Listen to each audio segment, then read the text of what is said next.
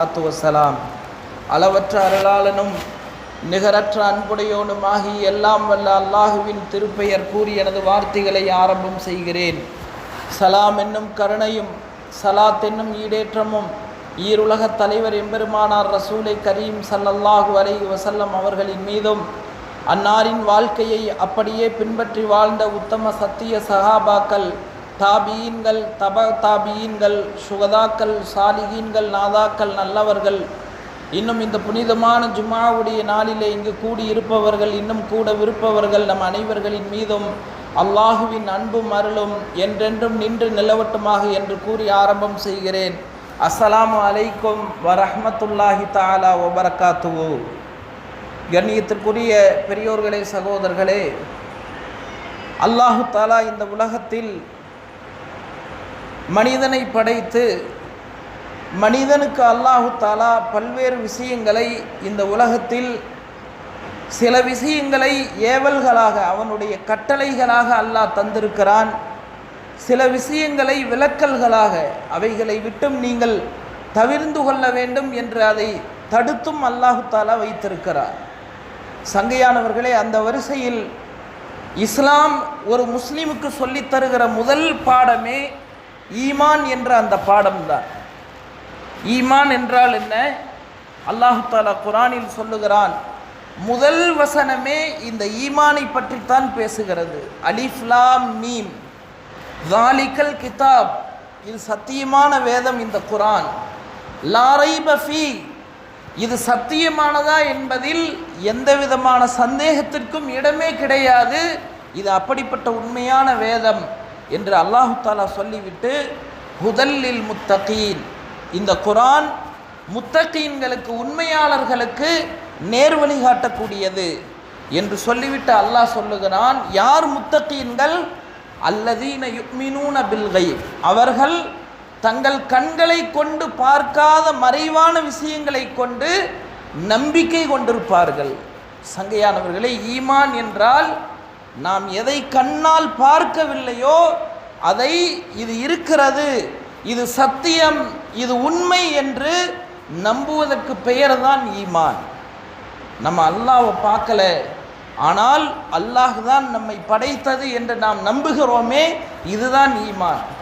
சொர்க்கத்தை நாம் பார்த்ததில்லை, நரகத்தை நாம் பார்த்ததில்லை, கேள்வி கணக்கு உண்டு என்று சொல்கிறார்கள், அதை கண்டதில்லை, கபரை பற்றி சொல்கிறார்கள், அதையெல்லாம் நாம் கண்களால் பார்த்ததில்லை, ஆனால் இதுவெல்லாம் உண்மை, இதுவெல்லாம் சத்தியம் என்று நம்பிக்கை கொள்கிறோமே, இதற்கு பெயர்தான் ஈமான். சங்கையானவர்களே, அதனால்தான் இஸ்லாம் இந்த உலகத்தில் சிந்தனையை தூண்டுகிற மார்க்கம்.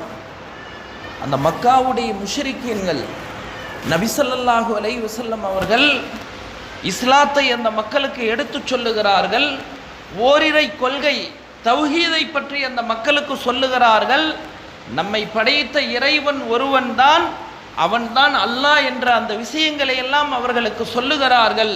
அந்த மக்கள் அதையெல்லாம் மறுத்த போது அல்லாஹு தஆலா அவர்களின் சிந்தனையை தூண்டும் வண்ணமாக பல்வேறு விஷயங்களை அல்லாஹ் ஞாபகப்படுத்தி சொன்னான். இதையெல்லாம் என்னல்லாமல் வேறு யாராவது செய்ய முடியுமா? எனவே என் மீது ஈமான் கொள்ளுங்கள். அதனால தான் நபி ஸல்லல்லாஹு அலைஹி வஸல்லம் அவங்க ஹதீஸில் சொன்னாங்க, ஒரு மனிதன் சிறிது நேரம் அல்லாஹ்வினுடைய வல்லமைகளை பற்றி சிந்திப்பது 60 ஆண்டு காலங்கள் அவன் வணங்குவதை விட சிறந்தது. சிந்தனை செய்யணுமாமா. சூரத்துல் வாக்கியாவில் அல்லாஹ் சொல்லுகிறான், அஃபரஐதும் மா தஹ்ருசூன், விவசாயி விதையை அந்த பூமிக்குள் போடுகிறார், அதை நீங்கள் என்றைக்காவது சிந்தனை செய்ததுண்டா? குர்ஆனில் அல்லாஹ் கேட்கிறான், அஅன்தும் தஸ்ரஊனஹு அம் நஹ்னு ஸாரிஊன், அவர் போடுகிற அந்த விதை பூமிக்குள் இருந்து செடியாக மரமாக வெளியாகிறதே, இதை நாம் செய்கிறோமா அல்லது நீங்கள் செய்கிறீர்களா? உலகத்தில் யாராவது சொல்ல முடியுமா? விவசாயம் பூமிக்குள்ள இப்படிதான் ஒரு தர்த்தீப், பூமிக்குள்ள போடணும், அது பூமிக்குள்ளிருந்து தான் வெளியே வரும். இப்படி ஒரு நிலை இல்லாமல் வேறு ஏதாவது ஒன்றை கண்டுபிடிக்க முடியுமா என்று சொன்னால் யாராலையும் கண்டுபிடிக்க முடியாது. இன்றைக்கி ஜப்பானை பற்றி சொல்கிறாங்க, அந்த உலகப் போர்கள் நடந்தபோது பாம் பிளாஸ்டில் அங்கே விவசாயம் செய்யறதுக்குண்டான எந்த பூமியில் எந்த விதமான இதுவுமே இல்லையாமா. ஆனாலும் அங்கு விவசாயம் நடைபெறுகிறது. எப்படி செய்கிறாங்கன்னா, பக்கத்து நாடுகளில் இருந்தெல்லாம் மண், அந்த விவசாயத்திற்கு தேவையான மண் அங்கு இறக்குமதி செய்யப்படுகிறது. கப்பலில் அதில் இதுலின்னு வச்சு விவசாயம் நடக்குதாமா. எப்படியோ ஒன்று அல்லாஹ் சொல்கிறான், இதுதான் சுன்னத்து. பூமிக்குள் விதை போட வேண்டும், நான் தான் அந்த விதையை பூமிக்குள்ளிருந்து மரமாக செடியாக அதை நான் தான் வெளியாக்குவேன். உங்களில் யாருக்கும் அந்த சக்தி இல்லை. அல்லாஹ் அடுத்து கேட்குற, அஃபரைத்துமுல் மா அல்லதி தஷ்ரபூன், நீங்கள் அந்த வெயிலான அந்த சமயத்தில் மதுரமான அந்த தண்ணீரை குடிக்கிறீர்களே, அந்த தண்ணீரை நீங்கள் என்றைக்காவது சிந்தனை செய்ததுண்டா? அன்தும் அன்சல்துமூஹு மினல் முஸ்னி அம் நஹ்னுல் முன்சிலூன், அந்த மழை தண்ணீரை பூமியிலிருந்து, வானத்திலிருந்து பூமிக்கு நாம் இறக்குகிறோமா அல்லது நீங்கள் இறக்குகிறீர்களா? இன்னைக்கு எவ்வளவோ விஞ்ஞானம் முன்னேறிடுச்சுன்னு சொல்கிறாங்க. யாராவது ஒரு விஞ்ஞானி சயின்டிஸ்ட் இப்படி இந்த ஏரியாவில் நான் மழை பெய்ய வைக்க முடியுங்கன்னு சொல்லி யாராவது இதுவரைக்கும் சவால் விட்டிருக்கிறார்களா அல்லது செய்து காட்டி இருக்கிறார்களானா? இல்லை.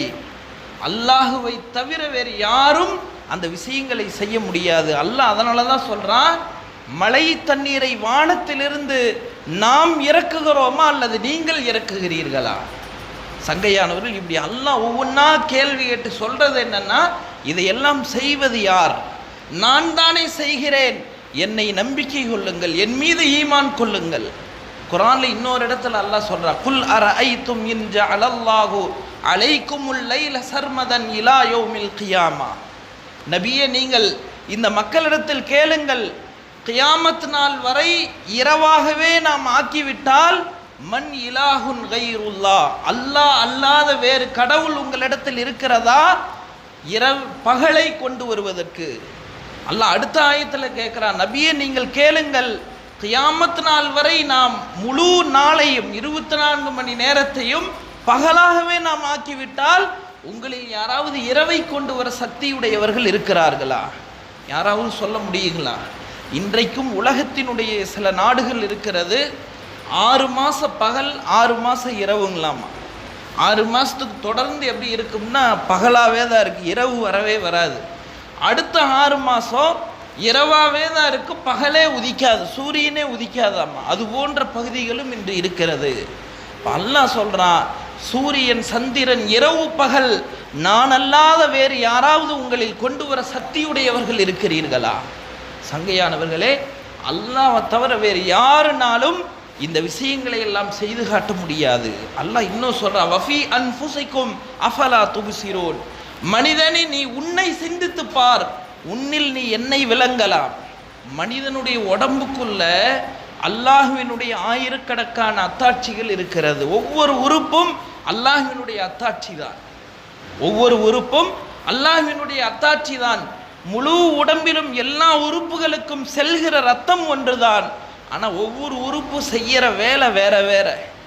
கால் என்றைக்குமே நடக்கிற வேலையை மட்டும்தான் செய்யும், கை என்றைக்குமே பிடிக்கிற வேலையை மட்டும்தான் செய்யும், கண் பார்க்கிற வேலையை மட்டும்தான் செய்யும், காது கேட்கிற வேலையை மட்டும்தான் செய்யும், மூக்கு நுகர்கிற வேலையை மட்டும்தான் செய்யும், நாக்கு சுவைக்கிற வேலையை மட்டும்தான் செய்யும். என்னைக்காவது இப்படி இருக்குதுங்களா? லைன் மாறி போயிருச்சுங்க, காது பார்க்க ஆரம்பிச்சிருச்சு, கண்ணு கேட்க ஆரம்பிச்சிருச்சு, எங்கேயும் சொல்ல முடியாது. அல்லாஹ்வினுடைய மிக பெரும் அத்தாட்சி இது. அல்லாஹ் சொல்றான், மனிதனை உன்னை நீ சிந்தித்து பார், என்னுடைய வல்லமை உனக்கு விளங்கும். பாருங்க, முடியை எடுத்துக்கலாம், தலைமுடி பாருங்க எப்படி வேகமாக வளருது. அதே புருவ முடி, தலைமுடிக்கும் புருவ முடிக்கும் ரொம்ப தூரமெல்லாம் இல்லை, வெறும் என்ன 1 இன்ச்சு தூரம்தான். தலைமுடி வளர்ந்து கொண்டே இருக்கிறது, புருவ முடி வளருவது கிடையாது. ஒருவேளை வளர்ற மாதிரி இருந்துச்சுன்னா யோசனை பண்ணி பாருங்க, மனுஷன் இன்னொரு மனுஷனை பார்த்தா பயந்துக்கணும், அந்த மாதிரி விகாரம் ஆயிரும். எனவே தான் அல்லாஹ்வினுடைய கட்டளை, தலைமுடி வளர்கிறது, புருவ முடி வளர்வது கிடையாது. பல்லு பாருங்க, பல்ல இன்னைக்கு விஞ்ஞானிகள் சொல்கிறாங்க பல்லு வளருதாமா.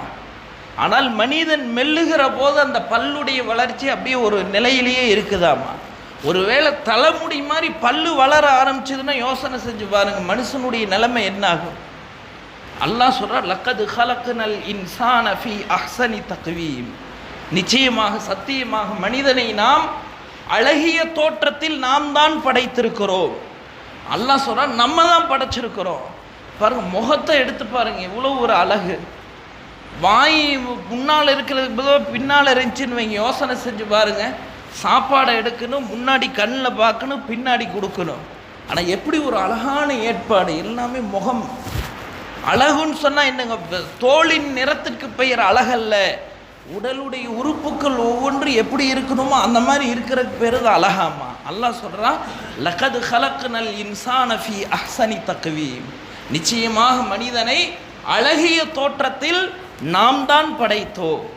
சங்கையானவர்கள், இப்படி ஒரு இடம் இரண்டு இடம் அல்ல, குர்ஆனின் வழி நெடுக எங்கு எடுத்தாலும் அல்லாஹ் தனது அத்தாட்சியை சொல்லிக்கொண்டே இருக்கிறான். இதை என்னெல்லாம வேற யாராவது உங்களால் செய்ய முடியுமா? இன்னொரு இடத்துல அல்லாஹு தாலா சொல்கிறான், குர்ஆன் இதையெல்லாம் பேசுதா? இன்னொரு இடத்துல வருது, அல்லாஹு தாலா சொல்கிறான், நீங்கள் அருந்துகிற பாலை பற்றி சிந்தித்து பாருங்கள். மிம்பைனி ஃபர்சின் வதமின் லபனன் ஹாலிசா, அல்லாஹு தாலா பாலை எப்படி வெளியாக்குகிறான்? சிவப்பு நிறமான இரத்தம், பச்சை நிறமான சாணி, இந்த இரண்டுக்கும் இடையிலிருந்து லபனன் ஹாலிசா, பரிசுத்தமான வெண்மையான பாலை அல்லாஹு தான் வெளியாக்குகிறார். என்னைக்காவது இப்படி இருக்குதுங்களா? பால் இன்னைக்கு கொஞ்சம் ரத்தம் கலந்ததில் சிவப்பாயிருச்சுங்க, சாணி மிக்ஸ் ஆனதில் பச்சை கலராக வந்துச்சு, என்னைக்கு எங்கேயுமே சொல்ல முடியாது.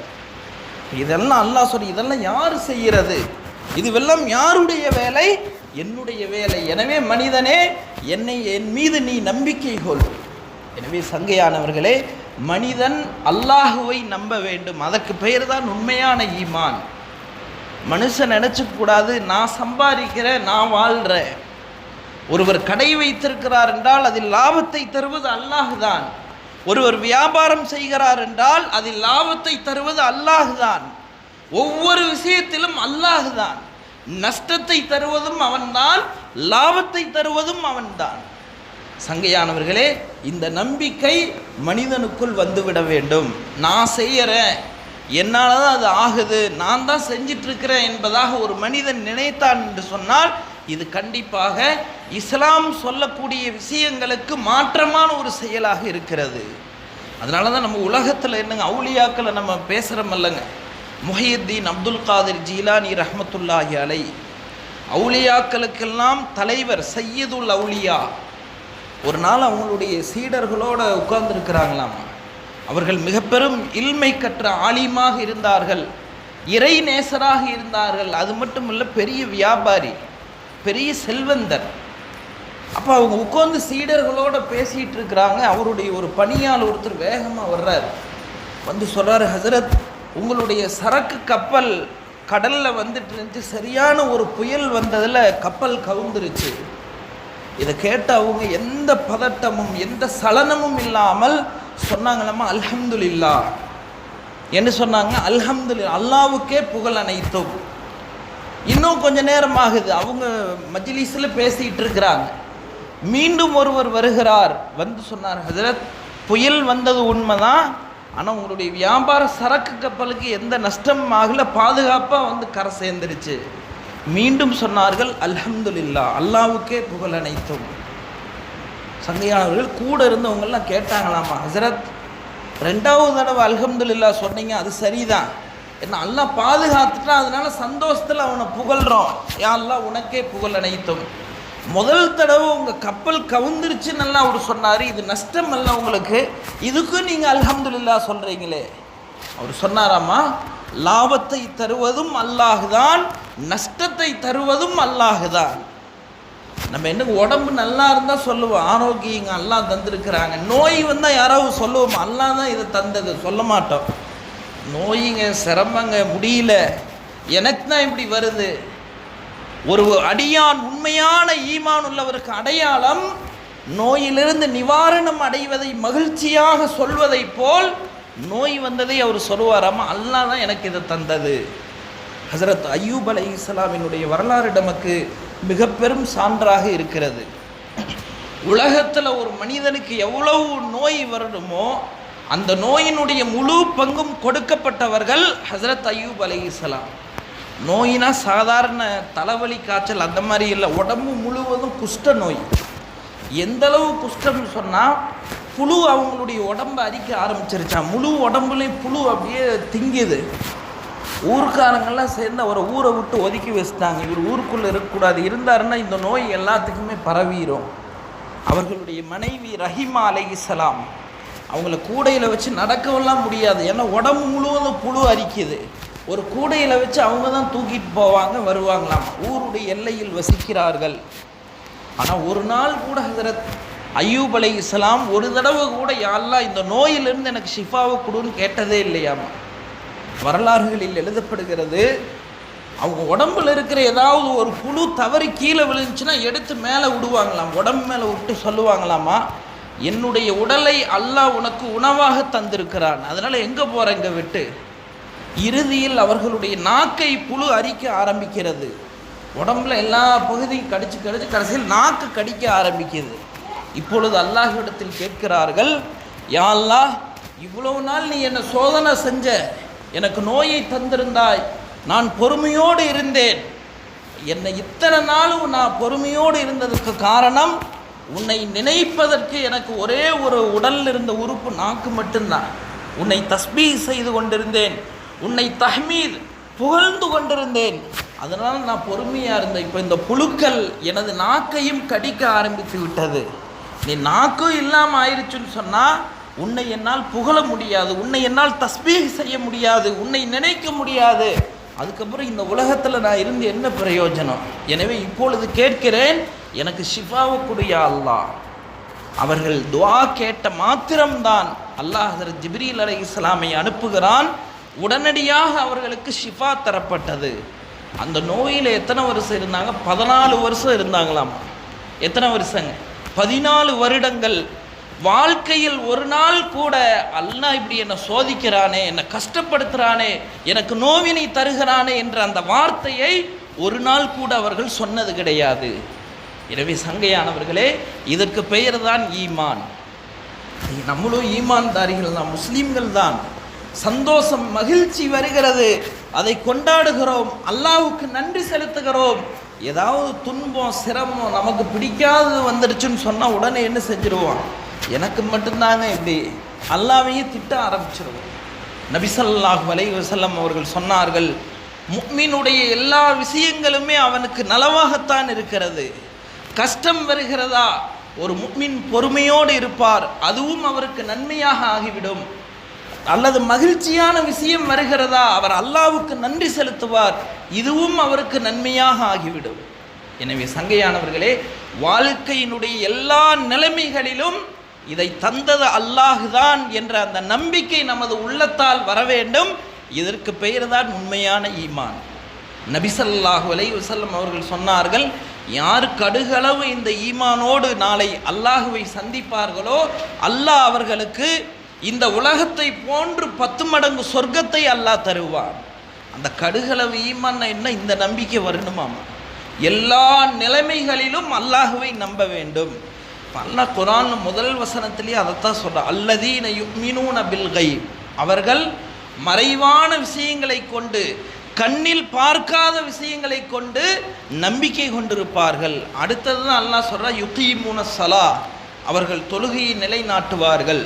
வயுத்தூன ஸகாத வ மிம்மா ரஸக்னாஹும் யுன்ஃபிகூன், அல்லாஹ் அவர்களுக்கு தந்ததிலிருந்து செலவு செய்வதற்காக அவர்கள் ஜகாத் கொடுப்பார்கள்.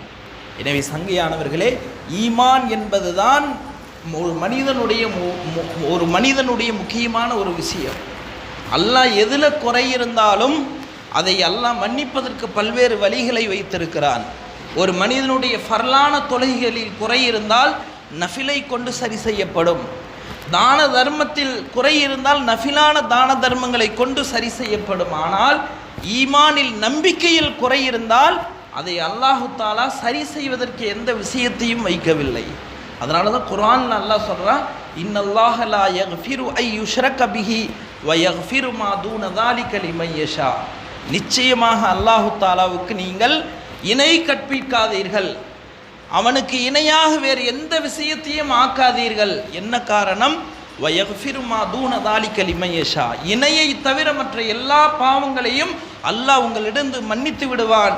ஆனால் இணை கற்பிப்பதை மட்டும் அல்லாஹு தாலா எக்காலத்திலும் உங்களிடத்திலிருந்து மன்னிப்பை அல்லாஹ் தரமாட்டான் என்று சொல்லுகிறான். எனவே சங்கையானவர்களே, வாழ்வினுடைய எல்லா நிலைமைகளிலும் அல்லாஹுவை நம்ப வேண்டும்.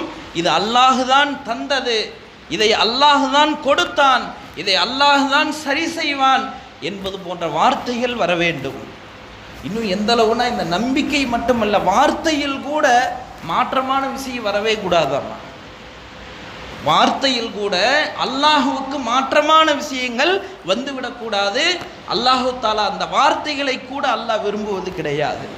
எனவே சங்கையானவர்களே, வல்ல அல்லாஹ் சுப்ஹானஹு வ தஆலா வாழ்க்கையின் எல்லா நிலைமைகளிலும் அவனை முழுமையாக நம்பிக்கை கொள்ளக்கூடிய அந்த ஈமான் என்ற உயர்ந்த அந்த விஷயத்தை, பாக்கியத்தை அல்லாஹ் நம்ம